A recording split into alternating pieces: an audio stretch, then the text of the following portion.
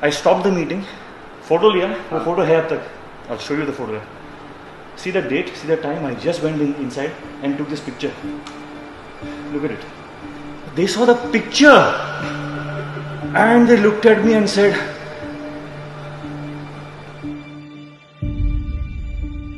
Whew, look at this. Amazing transformation. दोस्तों last video में मैंने आपको कुछ इंपॉर्टेंट चीज़ें बताई थी इस ट्रांसफॉर्मेशन के बारे में, दैट कैसे ये ट्रांसफॉर्मेशन हुआ, एज इन ये ट्रांसफॉर्मेशन नेचुरल था या नहीं.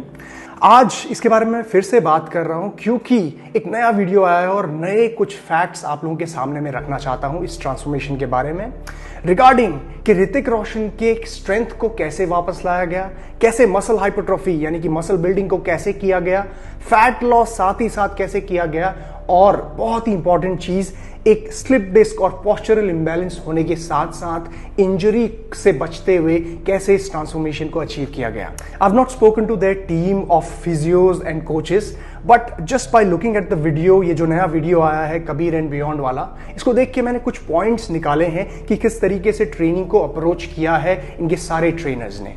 तो चलिए बात करते हैं इसके बारे में. Hello friends, welcome back. This is Jeet Salal. Thanks for subscribing to my channel and thanks for love and support. So let's talk about one by one कि कैसे चीजें की गई हैं. सबसे पहले मैं आपको बताऊं गाइस कि इन लोगों ने यहाँ पे 3 ट्रेनर्स का इस्तेमाल किया है जो मुझे नजर आ रहे हैं वीडियो में. फर्स्ट इज दी रेजिस्टेंस जो ट्रेनिंग करा रहे हैं, जो फोकस कर रहे हैं कंपाउंड मूवमेंट्स में, लिफ्ट्स में, जो basically strength of the muscle and hypertrophy of the muscle में फोकस कर रहे हैं. दूसरे जो ट्रेनर है यहाँ पे वो फोकस कर रहे हैं कोर स्टेबिलिटी पे, फ्लेक्सिबिलिटी पे, मोबिलिटी पे, जॉइंट्स, मसल, और इतने टाइम से जो ट्रेनिंग नहीं की है उसकी वजह से जो जॉइंट आपके लॉक हो गए हैं, जो मसल आपके लॉक हो गए हैं, उसको वापस से गेन कराने में फ्लेक्सिबिलिटी और मोबिलिटी. और खासकर जब आपको इस तरीके की स्लिप डिस्क जैसी प्रॉब्लम हो, पोस्चरल इंबैलेंस हो, तो उसके अराउंड कैसे वर्कआउट करना है इंजरी फ्री रहते हुए, इसके लिए दूसरे ट्रेनर हैं. तीसरे ट्रेनर है यहाँ पे इनके martial arts and conditioning. Of course movie के लिए ये प्रिपरेशन हो रही है तो डेफिनेटली मूवी में बहुत सारे एक्शन सीक्वेंसेस होते हैं. कंडीशनिंग आपको हाई चाहिए, अपनी स्टेमिना लेवल, आपका कार्डियोवैस्कुलर स्ट्रेंथ हाई चाहिए, तो वहां पे इस तरीके के ट्रेनर से उनको हेल्प मिल रही है. तो इन तीनों ने मिलकर इनके 3 कंपोनेंट्स पे काम किया है जो आप लोगों को भी करना है जब आप वर्कआउट में वापस आएंगे, ट्रेनिंग में वापस आएंगे after this quarantine and lockdown. So वो 3 कंपोनेंट है आपके. सबसे पहला आता है कार्डियोवैस्कुलर एंड्योरेंस एंड स्ट्रेंथ. दूसरा कंपोनेंट आता है आपका यहाँ पे फ्लेक्सिबिलिटी ट्रेनिंग. तीसरा कंपोनेंट आता है यहाँ पे रेजिस्टेंस. तो ये तीनों कंपोनेंट्स पे ध्यान जब आप देते हैं अपने एक्सरसाइज प्लान में, इन तीनों को इनकॉर्पोरेट करते हैं, तब जाके आप ट्रेनिंग में वापस आते हैं, आपका सही तरीके से ट्रांसफॉर्मेशन होता है या आप एक सही लेवल को अचीव कर पाते हैं, अपने गोल को अचीव कर पाते हैं. अब इस सिचुएशन में आपको क्या ध्यान रखना है, जो ऋतिक ने भी ध्यान रखा, वो ये था कि अपनी बॉडी को समझना, यानी कि बॉडी के पेस को समझना. When you coming back to the training, बहुत ही ग्रेजुअल तरीके से अपने प्रोग्रेसिव ओवरलोड को बढ़ाना होता है, और यही चीज इन्होंने यहाँ पे तीनों ही कंपोनेंट्स में की है. और जैसा कि इस वीडियो में इन्होंने कहा कि इन्होंने 6 महीने में ये ट्रांसफॉर्मेशन किया है, जो लास्ट वीडियो में भी मैं बोल रहा था कि इस ट्रांसफॉर्मेशन को करने के लिए ज्यादा वक्त का टाइम लगेगा और इजीली पॉसिबल है ये 6 महीने या साल भर के टाइम पीरियड में. Now coming back to the components, सबसे पहले बात करते हैं हम आपके कार्डियोवैस्कुलर एंड्योरेंस या कार्डियोवैस्कुलर स्ट्रेंथ की. नाउ कार्डियोवैस्कुलर एंड्योरेंस स्ट्रेंथ को इंप्रूव करने के लिए, ग्रेजुअल इंप्रूव करने के लिए यहां पे परफॉर्म किए गए हैं बहुत सारे कार्डियोवैस्कुलर एक्टिविटीज. जैसे कि यहां पे आप देख सकते हैं बीच में रनिंग की जा रही है, बैटल रोप्स का इस्तेमाल किया जा रहा है, डिफरेंट सर्किट्स को परफॉर्म किया जा रहा है, स्टेशनरी बाइक्स का इस्तेमाल किया जा रहा है. तो कार्डियोवैस्कुलर स्ट्रेंथ को ऊपर लाया जा रहा है, जिससे क्या हो रहा है कि आपके हार्ट और लंग की फंक्शनैलिटी, आपके सर्कुलेटरी सिस्टम की फंक्शनैलिटी इंप्रूव हो रही है. कैसे? जब आप कोई भी एक्टिविटी करते हैं जिसमें आपका ब्रीदिंग रेट और हार्ट रेट अप होता है एक सर्टेन लेवल तक, वहां पे आपका कार्डियोवैस्कुलर सिस्टम चैलेंज होता है और आपकी कार्डियोवैस्कुलर कैपेबिलिटीज बढ़ती हैं. अब सही तरीके से कार्डियोवैस्कुलर एक्टिविटी करने के लिए आपको अपने मैक्सिमम हार्ट रेट के 50 to 85% में परफॉर्म करना पड़ता है. उसको निकालने के लिए आप 220 से अपने एज को माइनस करते हैं और जो भी नंबर आता है उसका 50 से लेकर 85% का नंबर हम पकड़ते हैं और उससे उसी हार्ट रेट पे हम कार्डियोवैस्कुलर एक्टिविटी करते हैं, चाहे वो रनिंग हो, चाहे वो स्टेशनरी बाइक हो, चाहे वो कोई भी सर्किट ट्रेनिंग हो. तो इस तरीके से आप अपने कार्डियोवैस्कुलर को चैलेंज करते हैं और इंप्रूव करते हैं. और ऋतिक के ट्रांसफॉर्मेशन में उन्होंने सबसे पहले यही चीज स्टार्ट करी और जो आप तभी करेंगे जब आप क्वारंटीन से बाहर आएंगे, ट्रेनिंग में वापस आएंगे। इसके बाद बारी आती है हमारे दूसरे कंपोनेंट की, जो है आपका रेजिस्टेंस ट्रेनिंग।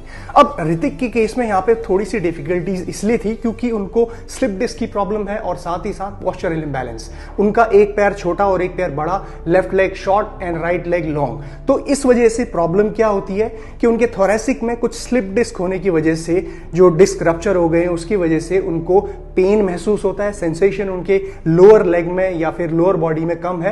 अब वो इसीलिए होता है क्योंकि देखिए, सेंट्रल नर्वस सिस्टम नाम की एक चीज होती है हमारी बॉडी में, सीएनएस एंड पीएनएस, यानी कि central nervous system and peripheral nervous system. हमारी बॉडी, हमारा ब्रेन एक तरीके से हमारी पूरी बॉडी में सिग्नल पहुंचाता है, कमांड को पहुंचाता है, और उसको पहुंचाने के लिए हमारी बॉडी को स्पाइन की जरूरत होती है। अब स्पाइन में अगर कहीं भी दिक्कत होगी, स्लिप डिस्क की वजह से या कुछ भी प्रॉब्लम अगर होगी, तो आपके नर्व्स ठीक तरीके से इंफॉर्मेशन को नहीं पहुंचा पाएंगे, और वही दिक्कत ऋतिक के केस में होती है क्योंकि लोअर बॉडी में सेंसेशन बहुत कम है कुछ जगहों पे। सो टेक्निकली ट्रेनिंग के टाइम पे इन चीजों का ध्यान रखना बहुत जरूरी है, इन चीजों के अराउंड वर्क करना बहुत जरूरी है। अगर आप ऐसा नहीं करते हैं तो आपको इंजरी होने के चांसेस बहुत ज्यादा बढ़ जाते हैं और आपकी जो गोल है उसकी तरफ आप नहीं पहुंच पाएंगे, जो इस केस में, ऋतिक के केस में, strength, muscle building, fat loss और कार्डियोवैस्कुलर स्ट्रेंथ इंप्रूव करने का था। अब देखिए इसको कैसे काउंटर इन लोगों ने किया, इनके कोचेज ने। सबसे पहले तो मोबिलिटी वर्क यहाँ पे बहुत इंपॉर्टेंट था, जो लोअर बैक से रिलेटेड हर जॉइंट जो भी इन्वॉल्व है उनका, चाहे शोल्डर जॉइंट हो, नी जॉइंट हो, चाहे उनका हिप जॉइंट हो, सारे जॉइंट्स में मोबिलिटी वर्क करना बहुत जरूरी था और जो किया गया है। उसके साथ साथ मोबिलिटी वर्क बढ़ाने का जो मेन पर्पस था वो ये था कि इंजरी से बचा जाए वर्कआउट के अराउंड। और वो कैसे बचा जा सकता है? जब भी आप एक्सरसाइज करते हैं तो आपको एक सर्टेन पोस्चर को मेंटेन करना पड़ता है वर्कआउट करने के लिए। अगर आप में मोबिलिटी, फ्लेक्सिबिलिटी नहीं होगी तो आप वो पोस्चर को मेंटेन नहीं कर पाएंगे और इंजरी के चांसेस बहुत ज्यादा बढ़ सकते हैं।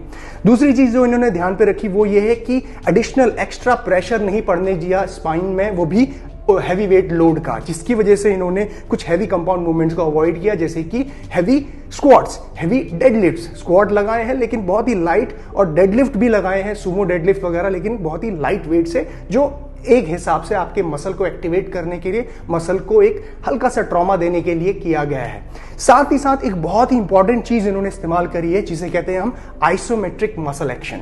अब आइसोमेट्रिक मसल एक्शन में क्या होता है कि it improves the muscle strength, it improves the muscle and mind connection, और जब आप ट्रेनिंग में वापस आ रहे होते हो तो बहुत ही अच्छा काम करता है ये इस तरह की ट्रेनिंग। अब देखते हैं जैसे कि आप लगा रहे हैं यहाँ पे लैट पुल डाउन और पुशअप्स और साथ ही साथ वॉल सिट्स, तो इस तरह की एक्सरसाइजेस में एक पोजीशन को होल्ड किया जाता है विद रेजिस्टेंस, और ऐसा करने से बहुत ही ज्यादा चैलेंज होता है आपका मसल, और जो स्टेबलाइजर मसल्स हैं वो आपके इंप्रूव होते हैं। किसी भी मूवमेंट को करने के लिए, चाहे आप बेंच प्रेस कर रहे हो, कोई भी मूवमेंट, उसको एग्जीक्यूट करने के लिए ना सिर्फ आपके मसल को फोर्स जनरेट करनी होती है, बल्कि साथ ही साथ उस मूवमेंट को बैलेंस भी करना पड़ता है, स्टेबलाइज भी करना पड़ता है। और आइसोमेट्रिक मसल एक्शन से की हुई ट्रेनिंग में आपको आपका जो कोऑर्डिनेशन है, मसल कोऑर्डिनेशन, स्टेबलाइजेशन, वो इंप्रूव होता है। साथ ही साथ मसल और माइंड कनेक्शन और स्ट्रेंथ भी इंप्रूव होती है। तो बहुत ही ब्यूटीफुली रेजिस्टेंस ट्रेनिंग में इसका इस्तेमाल किया गया है। और इसी के साथ साथ इन्होंने बिग कंपाउंड मूवमेंट्स जैसे कि bench press, overhead press, upper body के लिए ये मूवमेंट्स को टुवर्ड्स द एंड, जब थोड़ी सी इनकी स्टेबिलिटी, इनकी जो स्ट्रेंथ थी, मसल में स्ट्रेंथ वापस आई, तो ये बिग कंपाउंड मूवमेंट्स का भी इस्तेमाल किया गया है। आप भी जब भी ट्रेनिंग में आएंगे तो इसी तरीके से आपको प्रोग्रेसिव ओवरलोड को ग्रेजुअली बढ़ाते हुए लेके जाना है। नाउ तीसरा जो कंपोनेंट है वो आपका फ्लेक्सिबिलिटी का है। अब फ्लेक्सिबिलिटी को इंप्रूव करने के लिए इन्होंने दो तरह के स्ट्रेचेस दिए हैं वर्कआउट में। पहला स्ट्रेच है आपका dynamic stretch, dynamic warm up जिसे भी कहते हैं। आप वर्कआउट से पहले जिसे लगाते हैं। बेसिक पर्पस ये है कि आपके मसल और जॉइंट्स लूज हो, आप ट्रेनिंग के लिए तैयार हो, किसी भी तरह की इंजरी आपको ना हो ड्यूरिंग ट्रेनिंग। ऐसा करने के लिए कुछ मूवमेंट्स को किया जाता है और प्रोग्रेशन के साथ। पहले आप धीरे धीरे स्टार्ट करते हैं, फिर तेज तेज करते हुए अपने मसल और जॉइंट को लूज करते हैं, हार्ट रेट अप करते हैं और ब्रीदिंग रेट को अप करते हैं, तैयार होते हैं ट्रेनिंग के लिए। इसके साथ टुवर्ड्स द एंड एक स्टैटिक स्ट्रेचेस का सेशन भी दिया गया है जिसमें आप अपने मसल को एलोंगेट कर रहे हैं, खींच रहे हैं। क्यों? क्योंकि ये आपकी फ्लेक्सिबिलिटी को इंप्रूव कर रहा है, आपके मसल में जो टेंशन है उसको कम कर रहा है। और ये हर वर्कआउट में बेसिकली इसका इस्तेमाल किया गया है। आप देख सकते हैं बहुत सारे स्ट्रेचेस इन्वॉल्व हैं उसमें, जिसमें से आपके पैर को स्ट्रेच करना, हैमस्ट्रिंग स्ट्रेच करना, आपके inner glutes, quads, lower back, सब मूवमेंट दिए गए हैं सारे मसल्स को स्ट्रेच करने के लिए, जो बहुत ही जरूरी है इंजरी फ्री ट्रेनिंग के लिए। स्टैटिक स्ट्रेचेस का एक और पर्पस यहाँ पे ये होता है कि इट क्रिएट्स रूम, आपके मसल में रूम क्रिएट करता है ताकि आपका मसल ग्रो कर पाए। इलोंगेट जब करता है मसल को तो इट क्रिएट्स फैशिया को स्ट्रेच करता है और मसल को ग्रो करने में हेल्प करता है। किसी भी तरह का मसल टेयर या मसल टेंशन की वजह से आपका मसल में इंजरी नहीं होती। सो आप यहाँ पे फोम रोलिंग का भी इस्तेमाल कर सकते हैं और डिफरेंट टाइप के स्ट्रेचेस आते हैं, आप उसका इस्तेमाल कर सकते हैं। सो गाइस, ये सारी चीजों का इस्तेमाल ऋतिक रोशन ने अपने ट्रांसफॉर्मेशन में किया है और आप में से कोई भी इन चीजों का अगर सही तरीके से इस्तेमाल करे with of course good nutrition and good recovery, तो आप अच्छी तरीके से अपने आप को ट्रेनिंग में वापस या फिर एक अच्छा ट्रांसफॉर्मेशन कर पाएंगे। नाउ इस वीडियो में तो हमने सिर्फ ट्रेनिंग एस्पेक्ट पे बात की, लेकिन अगर आप चाहते हैं कि मैं इसके न्यूट्रिशन एस्पेक्ट पे भी बात करूं और आपको थोड़ा सा समझाऊं कि कैसे आपको न्यूट्रिशन में वापस आना है आफ्टर दी लॉकडाउन, तो प्लीज मुझे कमेंट सेक्शन में बताइए। और अगर आपको ये वीडियो पसंद आई है तो make sure thumbs up button को जरूर क्लिक करें। And guys, take care, Jeet Salal, bye bye. Struggling to dig myself out of this hole. बात वो है, मैं होल में हूँ और मेरे को निकलना है कहीं से। तो मैं तो ऐसा बोलते हैं ना, मारते हैं ना ऐसा, कुछ भी नहीं, कुछ भी, just fucking need to get out of this shit.